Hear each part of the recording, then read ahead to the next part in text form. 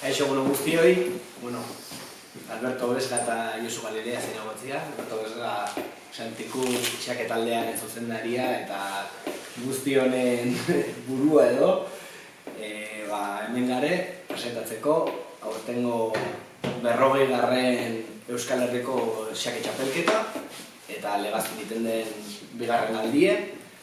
Pixka azaltzeko gero xetasunak Alberto gazalduko ditu, baina pixka komentatzeko aurrek urten xake taldearen 40. urte horrela izan zen, eta txapelketa antolatzea hemen Legazpin erabaki genuen, eskaera egin ziguten, eta ideia hori iruditu zitzaigun.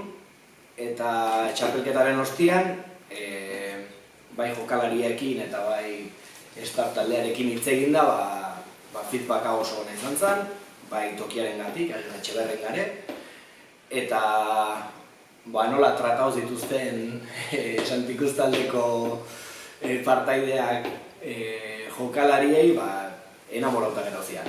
Eta mesedez eskauz duten, bukatzerakoan, urren urtean ere Legazpin txapelketa egitea. Eta nola ez, ikusita sortu zen giroa eta harreman hori, erabaki genuen urtean ere apostu egitea txapelketa Legazpira ekartzeko. Eta bien, Alberto, xetasunak ezautuko ditu. Josuk esan duen moduan, bildu geha hemen aurkezteko 40. Euskadiko xake txapelketa. Apirilak 23 eta 27 artean ospatuko duguna, hemen, Etxeberrin. Berak esan duen moduan, iaz antolatu genuen Santikutze elkartetik lehenengo aldiz hemen txapelketa, eta berriro ere aurten antolatuko dugu. Por segunda vez vamos a organizar el Campeonato de Euskadi aquí, en su 40ª edición. Y es un reto para el club de Legazpi organizar este evento nuevamente. Pero como decía Josu, por tanto la federación, el propio ayuntamiento, la satisfacción y los jugadores y el ambiente que se creó el año pasado, hemos decidido traer este evento otra vez aquí a nuestro municipio. Aurten ere, txapelketa honetarako lortu dugun jokalari zerrenda oso maila altukoa da, eta iazko 24 jokalarietatik 14 errepikatu partaidetza. Este año también la lista de jugadores que van a venir es de altísimo nivel. Diríamos que están gran parte de los mejores de Euskadi. Y de esos 24 jugadores, 14 repiten.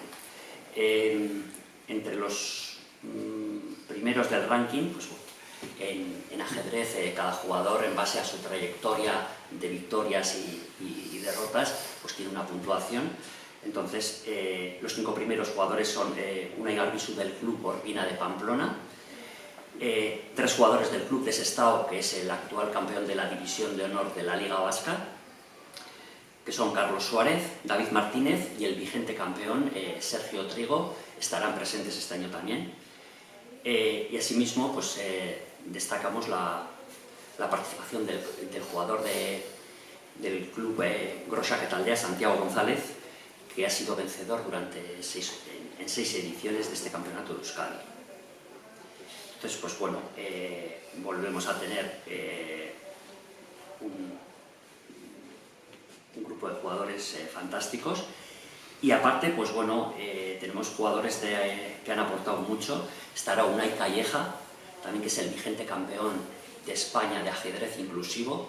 Entonces esta actividad es un ejemplo de lo que es la inclusión de este deportista jugando con jugadores habituales y sin ninguna discapacidad. Entonces su presencia también nos llena de alegría.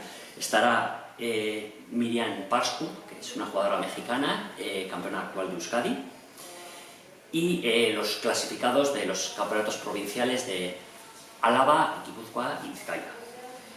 Y entre ellos también varios de los jugadores jóvenes de mayor nivel, por está Patxi Moreno, del club de Hondarribia Marlaska, Alex Odriozola, del club de Rosaque Taldea, o nuestro jugador local, pues Marc El Pesca, también tomará parte. Entonces, bueno, hemos reunido un grupo de 24 jugadoras, pues que bueno, pues durante 7 rondas, pues creemos que nos van a hacer disfrutar mucho.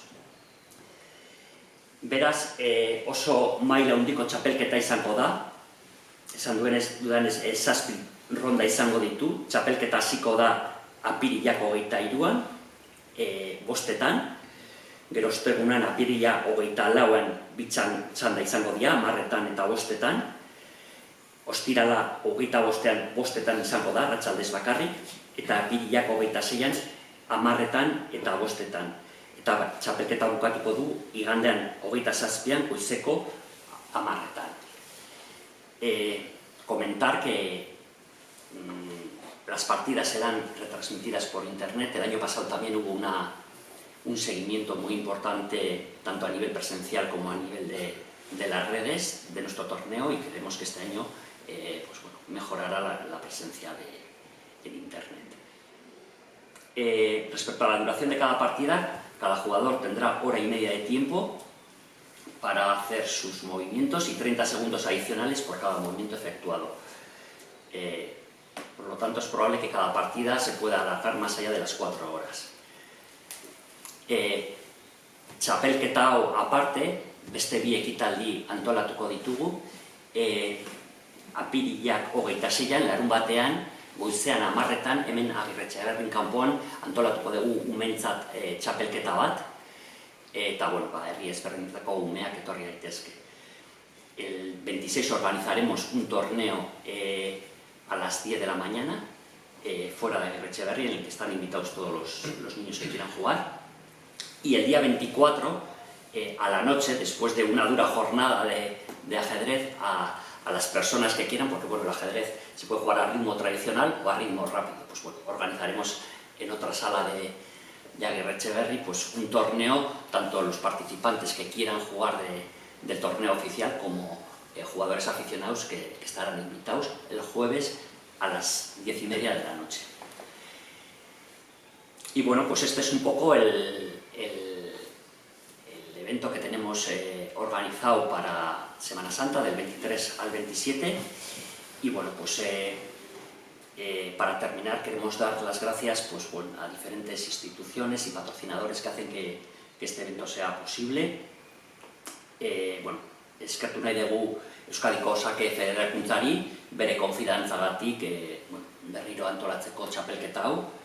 Bereziki Legazpiko udalari laguntzeko baita ekonomikoki eta instalakuntzakin, baita musika eskolari ere, eta nahi dugu eskertu gure herriko babeslei, Atiko Estudio Grafikoa, Urdangarin Burdenkidegia, Katillo eta Aitzuri jatetxeak, Mauleon Hotela eta Margaretxe apartamentua, sustraitzutaen da, Ogi Berri Kalien Nagusikoa, Lehenbur Fundazioari, eta, bueno, aipamen berezia baita, Ormazarreta zalditegiari, aurkezpen bideoa asko lagundu digulako.